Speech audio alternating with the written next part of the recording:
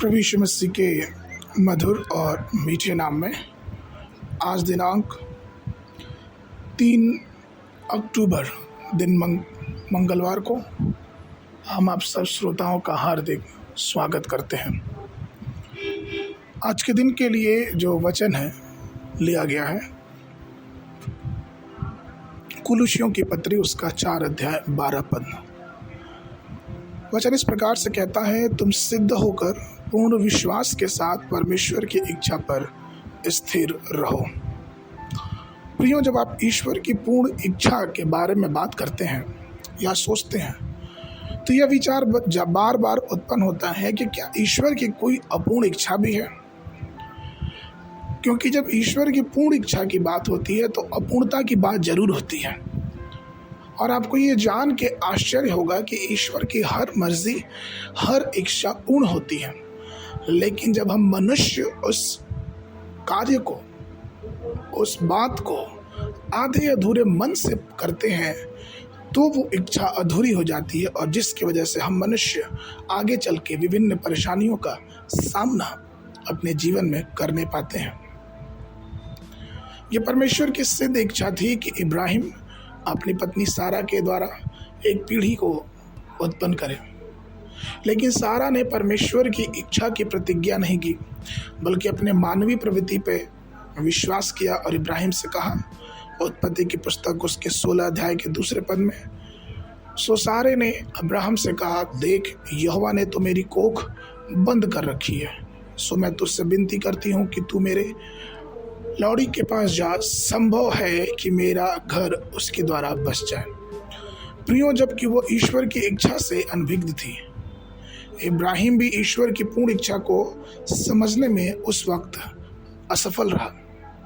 और इसका परिणाम यह हुआ कि एक ऐसी पीढ़ी का उदय हुआ जो परमेश्वर की चुनी हुई पीढ़ी के हमेशा विरुद्ध रहती है। और आज तक हम इस बात को देख सकते हैं कि किस प्रकार से इन दोनों जातियों में हमेशा ही युद्ध होता रहता है। जब आप और हम ईश्वर की इच्छा को पूर्ण रूप से अपने जीवन में नहीं मानते हैं तो हमें परेशानियों का सामना करना पड़ता है।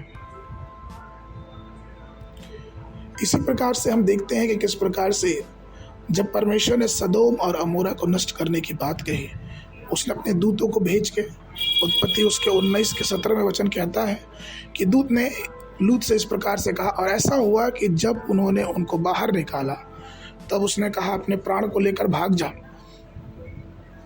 पीछे की ओर ना ताकना और तराई भर में ना ठहरना, उस पहाड़ पे भाग जा, नहीं तो तू भस्म हो जाएगा।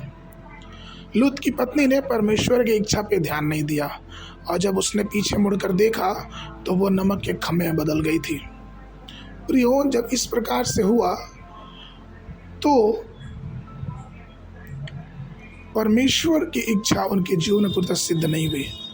और यहाँ तक कि लूत भी परमेश्वर के दूतों से ये प्रार्थना करता है कि देख, तेरे दास पर तेरी अनुग्रह की दृष्टि हो, और तूने इस में बड़ी कृपा दिखाई है कि मेरे प्राण को बचाया है, पर मैं पहाड़ पर भाग नहीं सकता, कहीं ऐसा ना हो कि कोई विपत्ति मुझ पर आ पड़े और मैं मर जाऊं। और यहाँ तक कि परमेश्वर ने उसकी ये इच्छा भी मान ली और उसे पास के ही पहाड़ पे जाने की अनुमति दी, फिर भी वो अभिश्राप का श्राप बने। उसी तरह से प्रियो, बिलाम भी ईश्वर की इच्छा को जानते हुए भी ऐसे धन की लालच में आके इस्राएल के लोगों को श्राप देने के लिए सहमत हो गया। और जब वो श्राप देने के लिए जा रहा था तो हम देखते हैं कि किस प्रकार से परमेश्वर ने उससे बोला और बातचीत किया, और अंत में किस प्रकार से परमेश्वर ने मोआब के राजा को मारा, और परमेश्वर का क्रोध यहाँ तक कि बिलाम पर भी भड़का। प्रभु में प्रिय लोगों, ईश्वर की इच्छा को समझना हमारे लिए बहुत अनिवार्य है। कई बार ऐसा होता है कि हम अपनी इच्छा को बार बार परमेश्वर के सामने थोपते हैं, कि परमेश्वर से बार बार एक ही चीज़ के लिए प्रार्थना करते हैं, और परमेश्वर की इच्छा न होते हुए भी वो सारी बातें हमारे जीवन में घटित होती है, और फिर हम अलग अलग परेशानियों में पड़ जाते हैं। इसलिए हमारे लिए भला है कि हम प्रार्थना में परमेश्वर की इच्छा को अपने जीवन में समझें और उसकी इच्छा के अनुसार अपने जीवन को बिताएं, जिससे परमेश्वर की आशीष हमारे जीवनों पे बहुतायत से बनी रहे। आज के मनन के लिए यूहन्ना की पुस्तक उसका 9 अध्याय 31 पद। हम जानते हैं कि परमेश्वर पापियों कि नहीं सुनता, परंतु यदि कोई परमेश्वर का भक्त हो और उसकी इच्छा पर चलता हो तो वह उसकी सुनता है। बाइबल अध्ययन के लिए सुबह के समय यशायाह नबी की पुस्तक 17, 18, 19 पद, शाम के समय इफिसियों की पत्री उसका 5 अध्याय 17 पद से लेके 33 पद तक। परमेश्वर आप सबको आशीष देवे।